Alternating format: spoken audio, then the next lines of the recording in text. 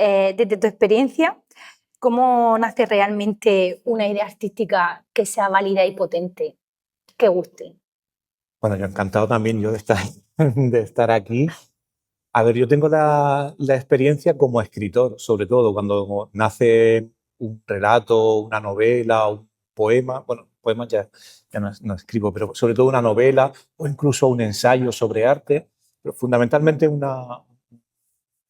una idea narrativa viene de varios lugares y depende del momento. A veces viene como una intuición pura porque llega, por ejemplo, una voz de un personaje, ¿no? Una cadencia, y a partir de ahí se monta la historia. A veces llega una imagen, como una escena que no sabes muy bien qué es, empiezas a hacerle preguntas a esa escena y va ampliándose hasta que se genera una trama. Y a veces, muchas, realmente, llega como una sensación extraña que no sabes nombrar. Una sensación que tú sientes, ¿no? Pero que no tiene nombre del todo.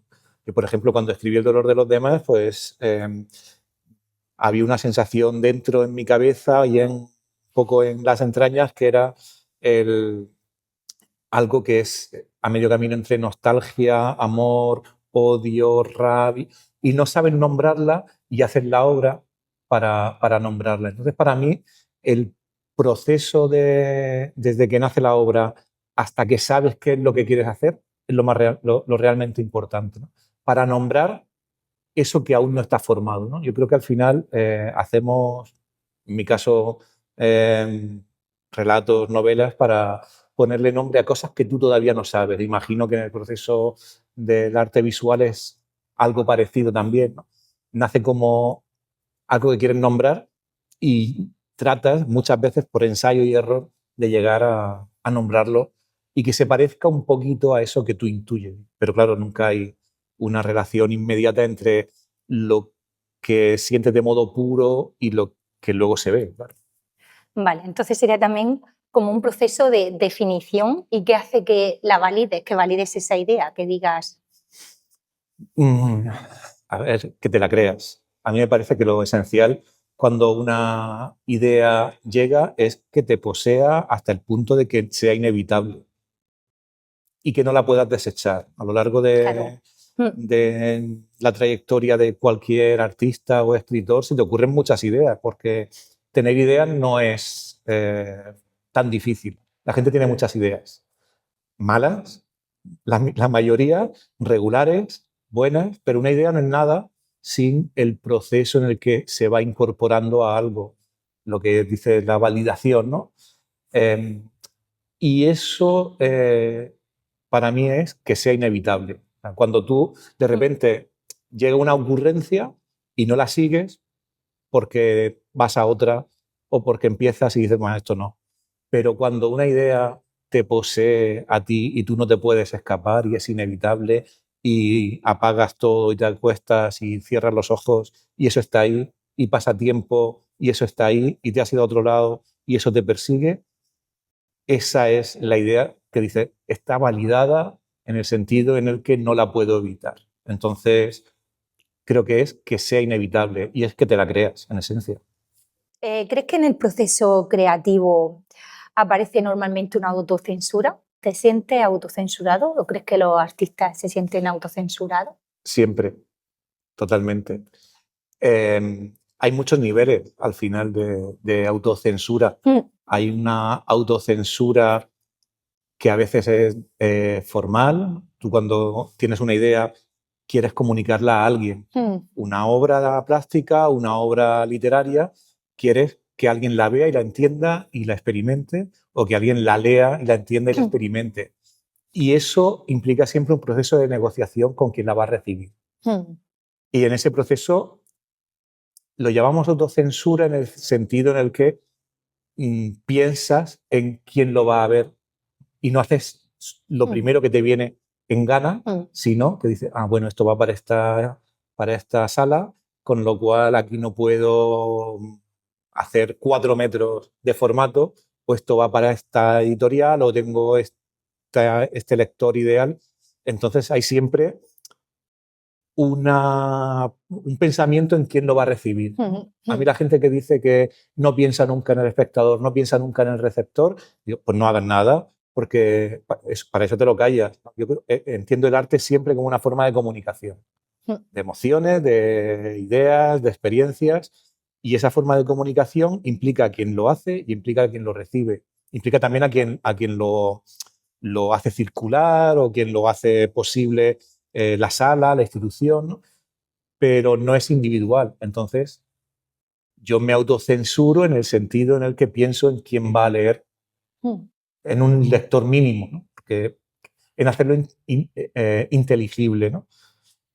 Y luego hay otro tipo de autocensuras que también las tiene uno en la cabeza, ¿no? Desde que quiere seguir viviendo con la pareja que tiene o con la familia que tiene, o en el entorno en el que está, y hay cosas que prefiere no decir si no son fundamentales para la obra, ¿no? A mí eso me parece esencial, que hay cosas que tú puedes llegar a guardarte si eso no traiciona la obra.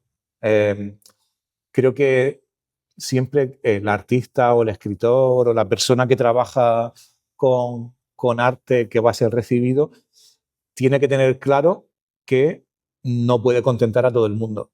Claro. Entonces, no se hace arte o no se escriben libros para hacer un bien queda, sino para hacer esa idea, o sea, para dar cuerpo a esa idea inevitable de la que hemos hablado. Entonces, en ocasiones, esas ideas nos llevan por terrenos por los que habitualmente, como personas y ciudadanos, a lo mejor nos gusta poco transitar.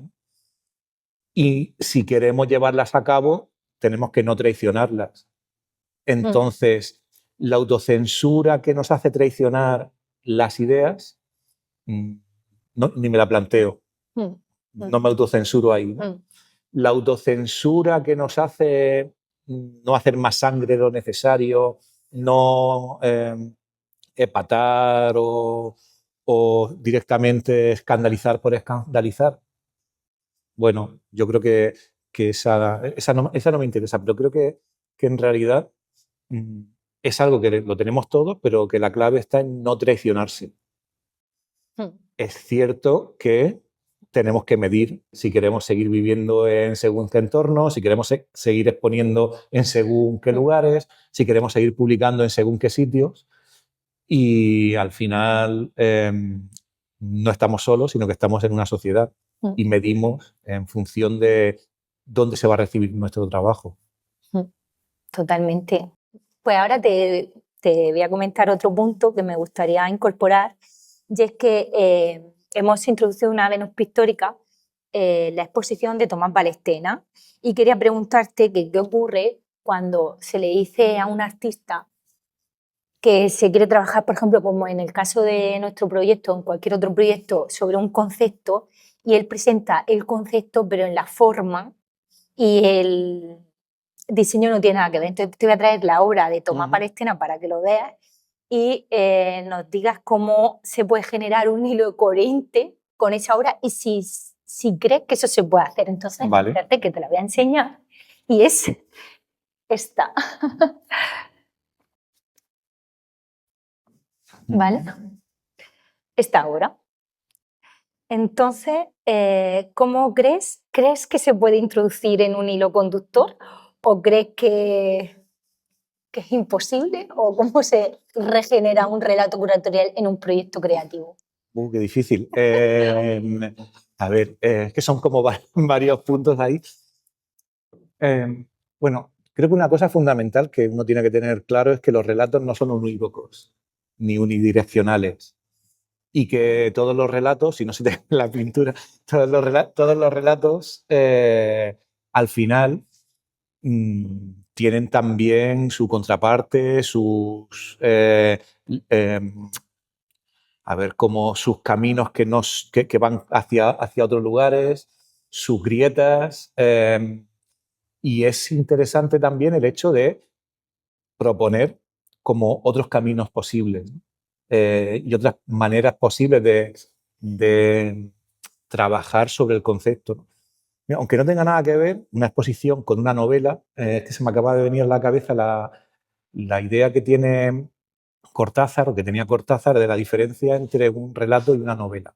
Decía que un relato era como un círculo donde todo tenía que cuadrar, donde todo tenía que ser perfecto, y no podía tener casi puntos muertos o hilos sueltos. Era algo perfecto, porque es corto y tiene que ser como cerrado, ¿no?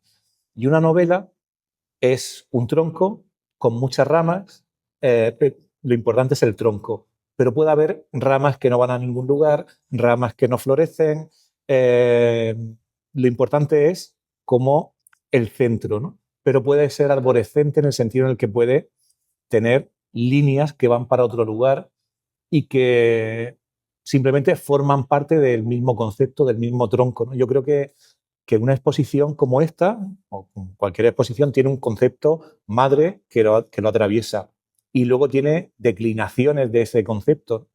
Cuando es el mismo artista o el mismo grupo de artistas, a veces el concepto y el modo en el que está emplazado en obras coincide. Pero cuando es una exposición colectiva, por ejemplo, pues hay un concepto, pero cada artista lo interpreta, lo lleva a su lugar, lo lleva a su experiencia, lo lleva a su mirada y eso suele enriquecer. Claro, cuando ocurre como aquí, que es un tronco y una exposición y un concepto de unos artistas y luego una especie de como descrecencia que llega en otro lugar, ¿no? Pues es más difícil amoldarlo a ese lugar y a esa mirada que es la vuestra, ¿no? Entonces, creo que la clave es como aceptar iba a decir la disidencia, no la disidencia, aceptar la otra mirada y decir, bueno, esto es otra vía, esto es otra manera de pensarlo, porque hay algo fundamental que creo que es clave en el arte, en la vida, en la literatura, ¿no? Y es que no siempre estamos en posesión de la verdad, estamos en posesión de la mirada y de nuestra manera de entender el mundo y esa tiene que dialogar y negociar con otras. Entonces, esto es otra mirada y otra manera de entender ese mismo concepto, otra forma, otra poética, otro tipo de práctica artística, pero parte de ese mismo proceso de pensamiento. Entonces, creo que la clave es ser consciente de que los relatos no son unívocos y de que hay otras miradas, otros narradores de la historia. En este caso sería como un cambio de narrador, ¿no? Un cambio de plano hacia otro lugar, pero que parte de un tipo de pensamiento que, bueno, que es común, ¿no? Lo que habéis comentado, ¿no? Entonces, me parece que la clave es esa, ser conscientes de que los relatos no tienen por qué ser homogéneos. Están llenos de excrecencias y de cosas que simplemente son caminos cortados, caminos insinuados, caminos que no están todavía trazados, ¿no? Y eso hay que aceptarlo, no solo el camino grande que vemos. Para mí es súper importante pensar en el valor práctico y no solo, o sea, de todo lo que se está exponiendo. Entonces, mi siguiente pregunta era, ¿qué error ves repetirse más en artistas jóvenes cuando desarrollan un proyecto creativo? ¿Cuál crees que es, ya sea de literatura, de arte, o sea, cuál es el error que más se repite? Porque además eres docente, tienes que ver grandes errores. Bueno, o mejor, o posibilidades creo de que es mejorar. el error que más se repite en la vida, que es la prisa. Creo que el arte, la literatura, todo en general, el amor, todo lleva su tiempo, el tiempo justo, que es el tiempo de justicia para desarrollar algo. Y creo que, sobre todo en los artistas jóvenes, como las personas jóvenes en general, el error está en querer hacer las cosas lo más rápido posible, porque hay una especie de urgencia que no siempre es mala, ¿no? Porque gracias a esa urgencia también hay cambios en el mundo, porque la gente está como con necesidad de cambiar las cosas, de que sean ya, ¿no? Pero el arte plástico, la literatura, la música, creo que necesita unos tiempos lentos y en este momento en el que vamos acelerados, en tiempo rápido, sin tiempo para pensar, creo que es todavía más necesario que nunca. Entonces, el arte es una forma de pensamiento y para pensar necesitamos tiempo y un cierto aislamiento mental, de quitarnos un ruido constante que es el ruido que nos rodea, ¿no? Entonces, creo que eso se observa mucho en artistas, escritores, músicos jóvenes, que es querer hacer las cosas ya. Querer hacer las cosas ya sin desarrollarlas del todo. Y eso a veces lo ve uno en exposiciones que dice, te han faltado 2 meses o te ha faltado 2 años. Lo ve en libros, en novelas, en relatos que dices, es que te ha faltado reposarlo, lo has acelerado, lo has quemado, ¿no? Como lo has puesto a fuego muy rápido y las cosas se hacen a fuego lento. Y creo que eso es muy, muy importante. Es muy difícil para alguien que empieza a tomarse su tiempo porque quiere terminar cosas ya, necesita tener obra, pero si lográsemos que la gente pensase con tiempo lo que tiene que hacer, llevaríamos mucho ganado, ¿no? Ocurre que cuando uno va cumpliendo años y cuando va entrando ya en época más adulta, madura, acercándose a otro lugar, pues te das cuenta de que lo más importante es tener tiempo y, y tomar el tiempo, eso que decía antes, el tiempo justo, el tiempo de justicia y el tiempo que también requiere la obra para ser desarrollada, porque necesitamos pensar las cosas y a veces no las pensamos. Totalmente. Vale. Años, 4, 5 con una novela, pues estoy porque es lo que la novela requiere. Y no pasa nada porque la gente no está en la calle esperando mi novela, haciendo manifestaciones. Y sobre todo yo tengo que estar a gusto con que he dado todo lo que yo podía dar para esa obra y esa obra no sale mal formada porque la he acelerado, como el café, ¿no? Lleva su tiempo, a fuego lento. Yo me lo tomo para las cosas artísticas, para otras soy un desastre. Las cosas que no me importan puede ser que me tome poco tiempo, pero las cosas que me importan sí que intento tomar el tiempo justo. Qué bien, qué bien. Ahí, aquí tendría que coger yo apunte también. Vale, y luego la que te voy a hacer, aunque esta quizás la repitamos, pero es que esta también me parece muy buena, de interés. Vale, es que claro, he cambiado de opinión conforme vamos hablando. Vale. Vale. Te voy a hacer esta. Le voy a hacer esta. ¿Puedes grabar ya, Gio? ¿O no te has dejado? Ah, vale, perdón. Vale.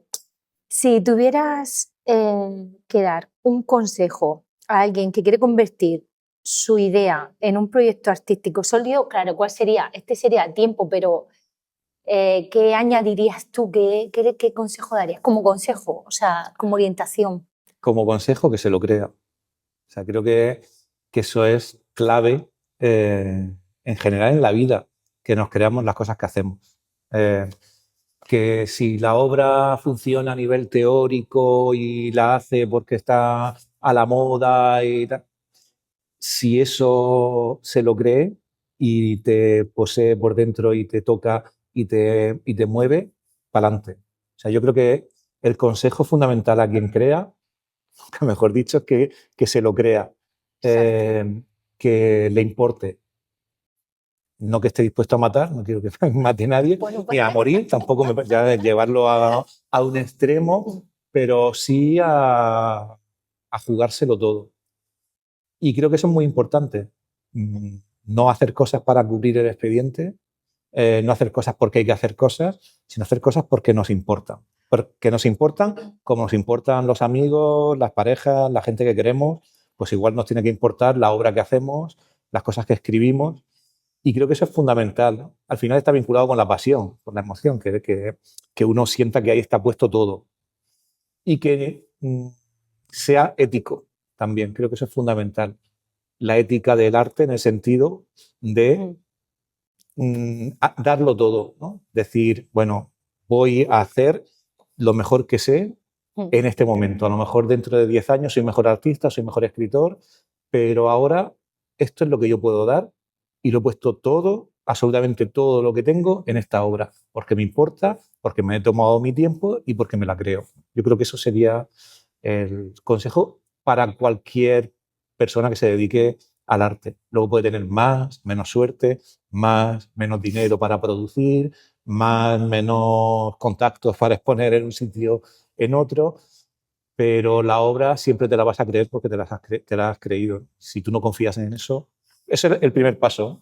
Y luego después se dan muchas cosas que ya no dependen de ti. Pero lo que depende de ti es que la obra sea lo mejor posible. ¿Crees que hoy el arte sigue siendo un espacio de libertad real o está condicionado por sistemas que aún no entendemos del todo? ¿O crees que es un espacio de libertad?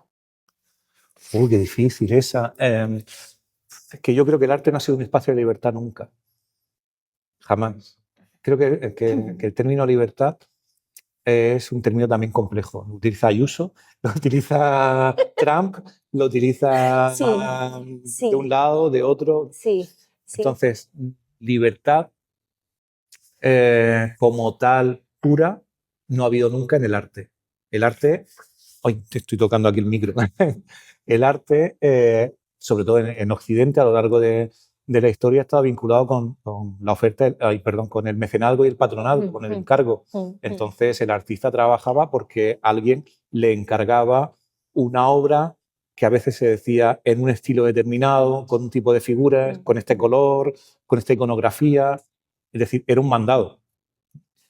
Cuando surge el arte moderno, en el siglo XIX, cambia ese sistema de encargo al sistema de oferta y demanda.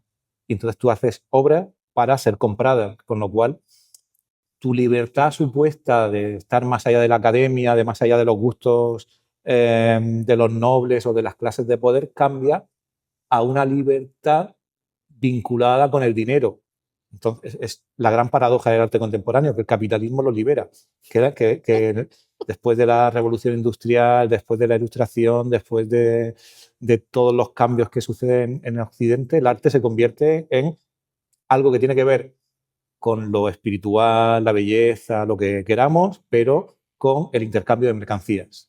Entonces, esa libertad de la que hablamos solo es posible gracias al mercado del arte. Luego está, por supuesto, lo que cada uno pinte en casa, lo que cada uno haga en casa, con libertad absoluta dentro de los medios que tiene, ¿no? Pero en el momento en el que algo se expone a un público, libertad, no hay del todo. Porque estamos de nuevo en la idea esa de la negociación con el lugar en el que se va a exponer, con el público, con el contexto, con las ideas que nos rondan la cabeza, ¿no? Que configuran nuestro modo de pensar, porque realmente libres nunca somos, porque estamos dominados por un lenguaje que adquirimos desde pequeños y ese lenguaje está lleno de leyes, historias, prejuicios, modos de ver al otro, con lo cual siempre estamos como poseídos por un sistema operativo,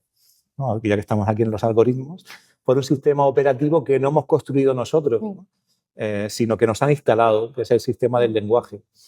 A veces se hace más evidente y otras veces menos, ¿no? Pero está ese siempre circulando por ahí, ¿no? De hecho, creo que hoy en nuestra época somos más conscientes que nunca cuando hablamos de la autocensura y cuando vemos cómo las plataformas nos censuran las cosas, ¿no?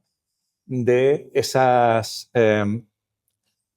que ese sistema operativo está funcionando, ¿no? Porque de repente decimos, ay, si esto que yo pienso que es de una manera, esta empresa o este contexto lo piensa que es de otro. Entonces, creo que hoy somos más conscientes de que tenemos menos libertades, pero eso no quiere decir que seamos más libres. De hecho, todo lo contrario. Creo que esta es la sociedad más libre en la que hemos vivido. Y la prueba de eso es que somos conscientes de que no tenemos ciertas libertades. Pero yo al siglo XVIII no me voy, al siglo XIX tampoco, porque ¿quién era libre? 1, 2, 3.